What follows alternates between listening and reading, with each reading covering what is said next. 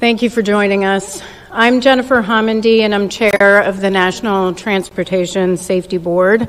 Our investigator in charge for this investigation, we call the investigator in charge the IIC, is Leah Reed. That's L-E-A-H, and then it's R-E-E-D.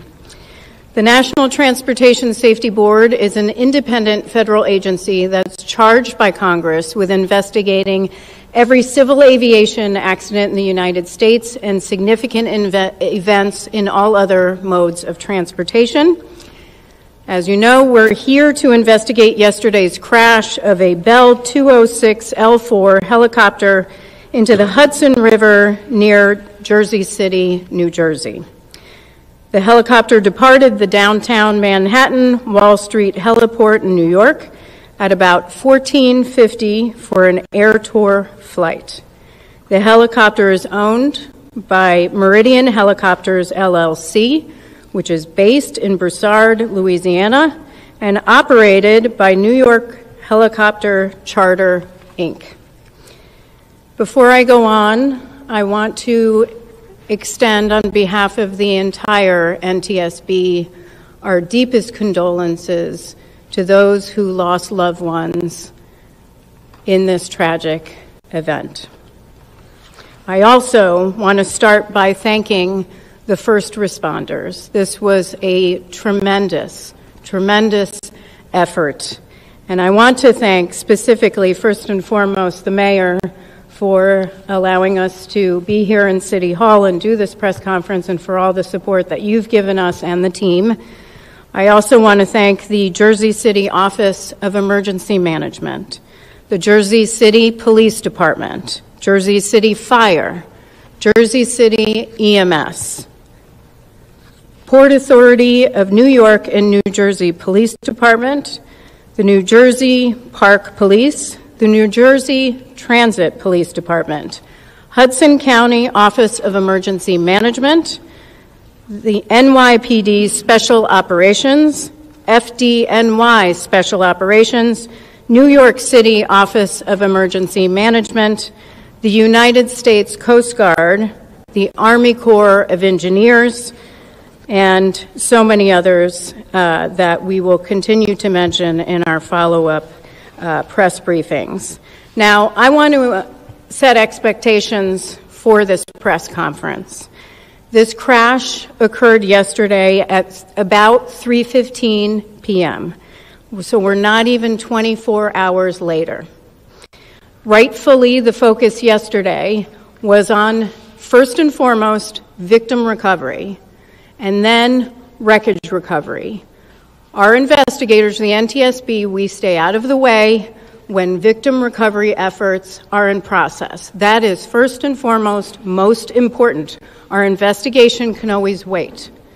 Once that was done, we had Luke Sciatta, who is our chief of our Eastern region, who lives right here in New York, on scene as part of the wreckage recovery operations. And those two were the focus for yesterday. The rest of the team began to arrive late last night, including me, and early this morning. So that means this is the first full day of our investigation.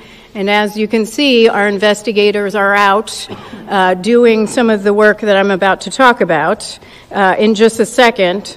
But as far as information sharing today, I am not going to share a lot of investigative information.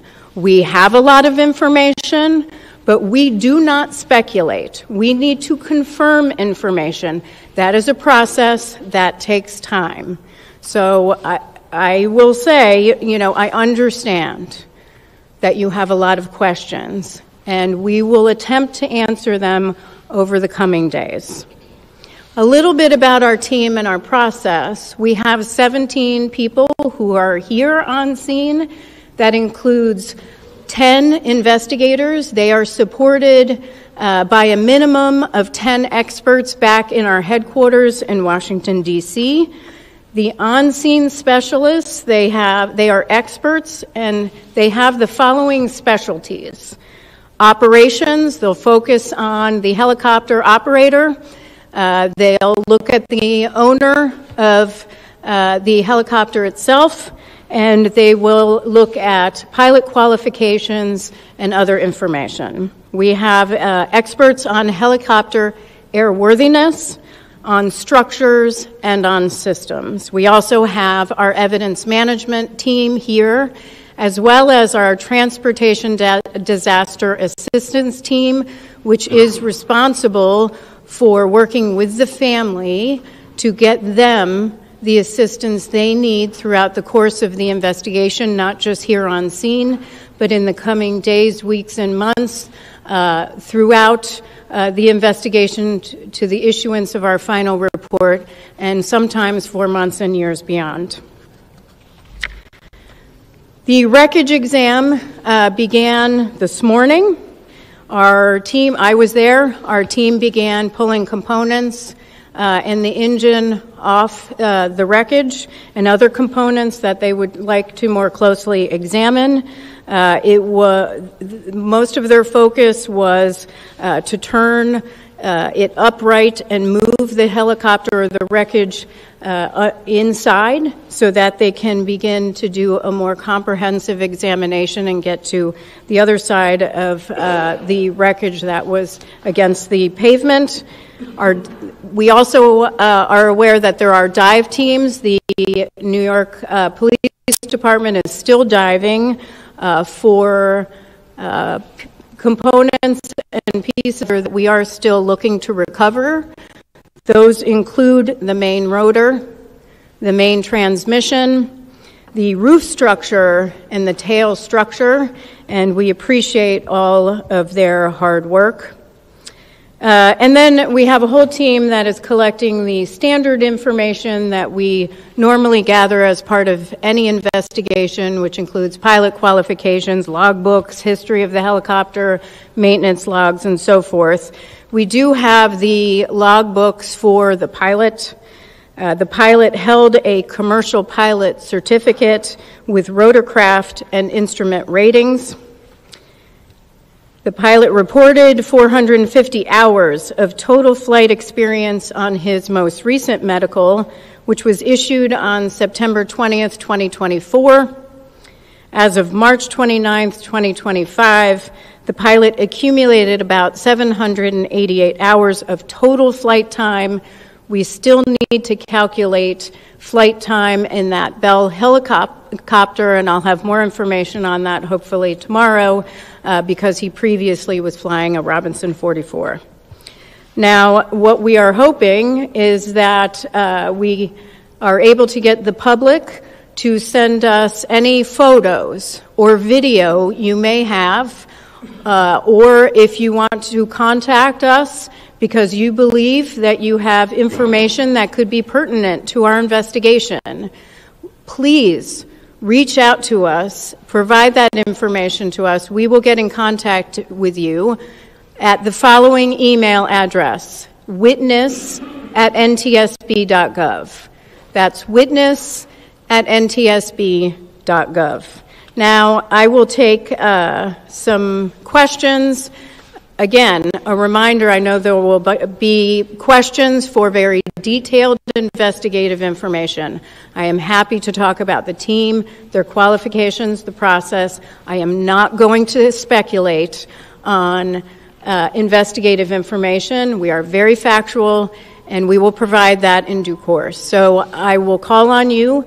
Please state your name, your affiliation for me.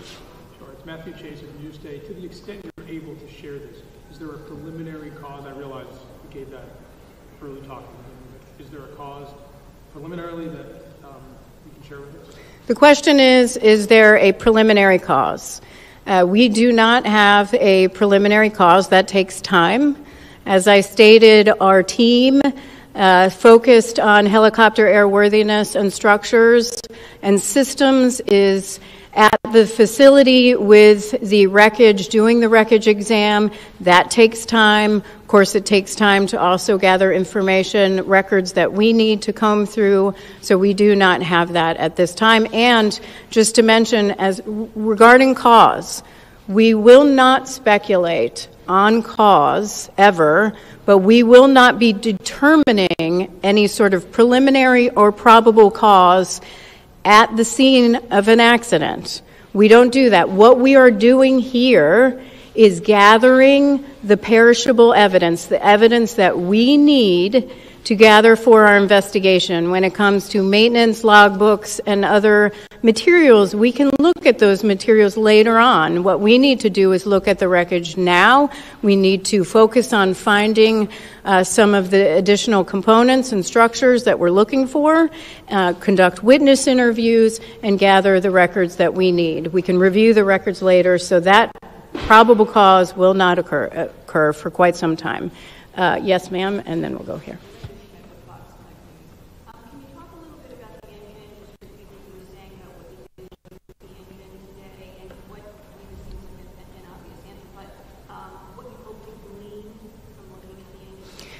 So the question was what we were doing with the engine. Nothing that we would not normally do as part of our standard investigation, where we would have wreckage and we start separating some of the components that we always look at. That's standard in our investigation. Of course, we'll have a team that always looks at engines or power plants to evaluate them as in standard course of our investigation. So nothing in particular.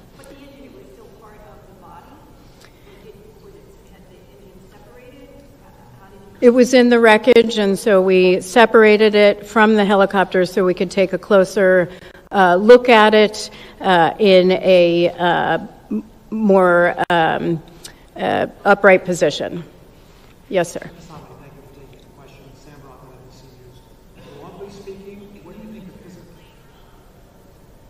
Broadly speaking, what do you think the physical evidence will tell you about what caused this crash? And then also, this particular company had a couple of serious incidents in the last several years. Do you think that will be relevant to your investigation? The question is, what will us looking at as part of this investigation on scene tell us about cause, and what will we be looking at related to the safety history as part for this particular helicopter company? First of all, we always look at safety history. That's a standard part of all of our investigations, so we'll collect that, not just from the Federal Aviation Administration, that is a party to every single one of our investigations, but we'll also ask those questions in interviews and get other information that will help us get a very broad view and detailed information about the safety history of this particular operator and also the owner of the helicopter itself. With respect to what will it tell us on scene about our investigation, the evidence right now, everything is on the table. We don't rule anything out. We take a very detailed and comprehensive view, and it's way too early in the investigation. It will be too early on scene. That's much later in the investigation. Yes, ma'am.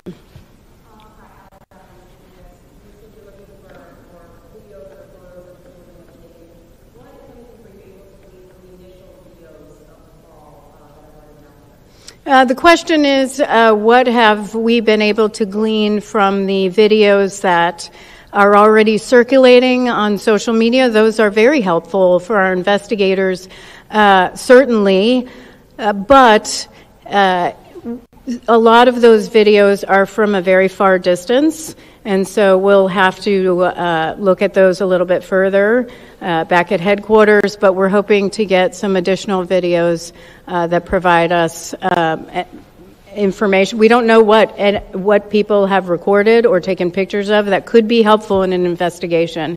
We have found in past investigations, and I'm just thinking of one that I went to in Ketchikan, Alaska, a mid-air collision where photos from somebody who was on board one of the airplanes helped us significantly in our investigation. So it can be very key parts of our investigation. So for anyone who didn't hear my previous request, please send us any sort of videos or photos or information you'd like to share with us at witness@ntsb.gov. Yes, ma'am.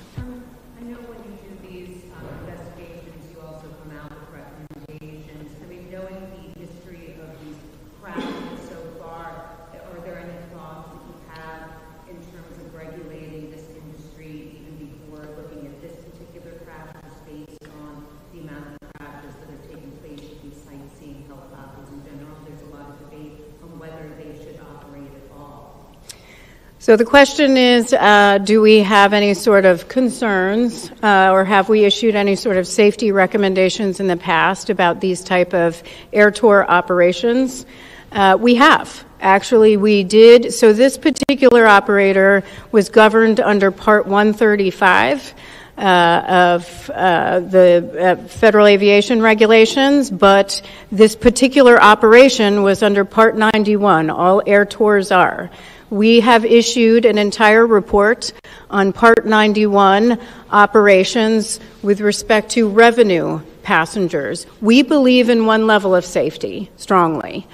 And that may not look like regulation for a major commercial airline, but we do believe that they should be regulated. We have issued recommendations in the past on recorders, crash-resistant recorders. We've issued numerous recommendations on safety management systems, on particular regulations for Part 91. It's too early to say what we would recommend as part of this investigation. However, this is a concern that we've raised for a number of years. Certainly we raised this after the Fly Nyan crash, and in a specific report that we have online at ntsb.gov focused on Part 91 revenue passenger operations. And so I would direct you actually to that report. It was very comprehensive about our recommendations, specifically about air tour operators.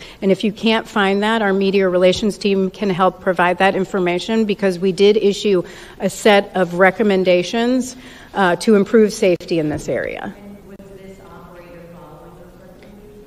That will be part of, the question is, was this operator complying with those recommendations? Those are recommendations, not regulations, but we would have to look at that, and that will be standard in this investigation. So thank you very much, sir. And then I'm going to go over here.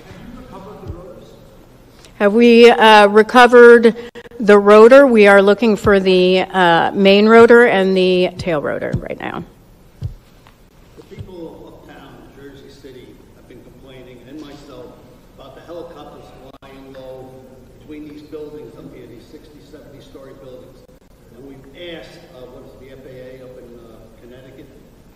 Get them the heck out of here and let them fly down the Hudson River.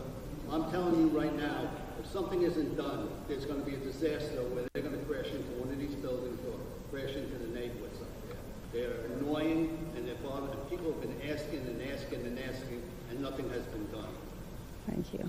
There was a comment about, thank you, sir. There was a comment about the concern about these helicopter operations, and thank you very, very much for sharing that. Appreciate it. Yes.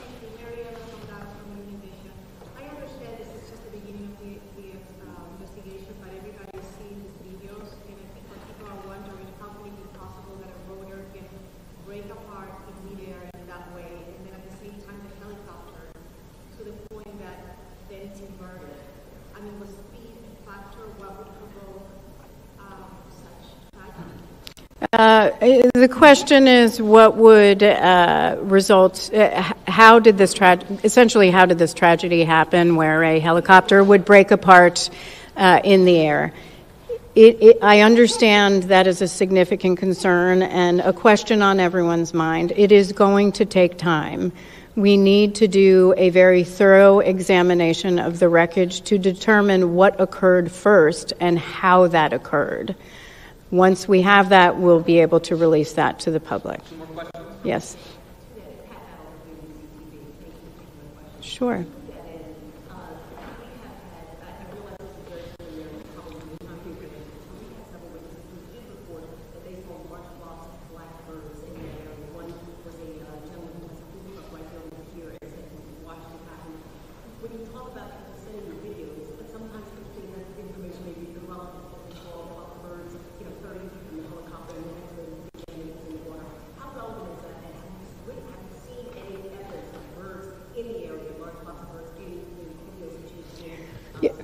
Yeah, great question, because I think sometimes people are reluctant to really reach out to us because they may not think something is relevant to our investigation. So the question was on reports of a large flock of birds in the area shortly before the crash. We are aware of those reports. We discussed it this morning. It's something we will be looking into.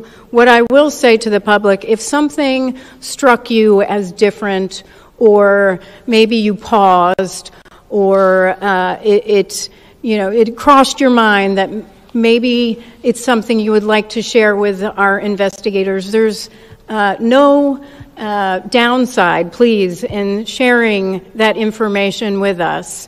You can be very helpful in providing that investigative information to the NTSB. So again, witness at ntsb.gov. Even if you think it's irrelevant, please send it in. Yes, sir. Hi, Stephen Nesson, WNYC Radio. You said there are people on site here working on the investigation in 10 in D.C. Is that how many people you would typically have for a helicopter? Is that the same number, for example, during the Flynon helicopter crash, or have cuts of the federal government reduced your number of investigators? So the question is, the 17 investigators here and 10 who are supporting back home, but the 17 personnel here, 10 of which are investigators, is that typical for an investigation like this?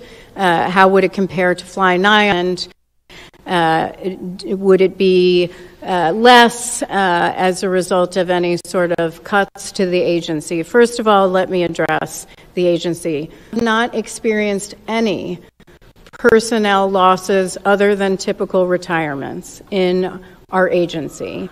Our agency has been provided with, by the administration, thank you, an exemption from the deferred resignation program. We got a hiring exemption for investigative positions within each of our transportation modes, so we can bring our numbers up to help us in our investigation, and that is critical. So we have not suffered in any way. With respect to comparison on Fly9, I don't know how many investigators were here on Fly9. Certainly our media team can provide that to you. It really isn't...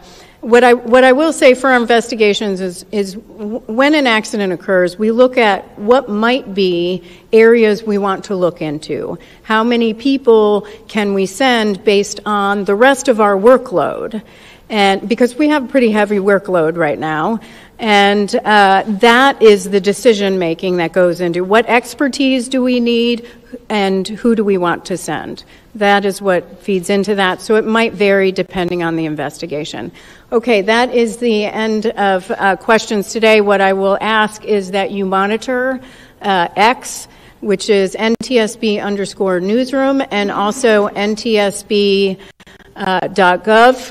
which is our website, which will have updates on future press conferences. Thank you so much for your time.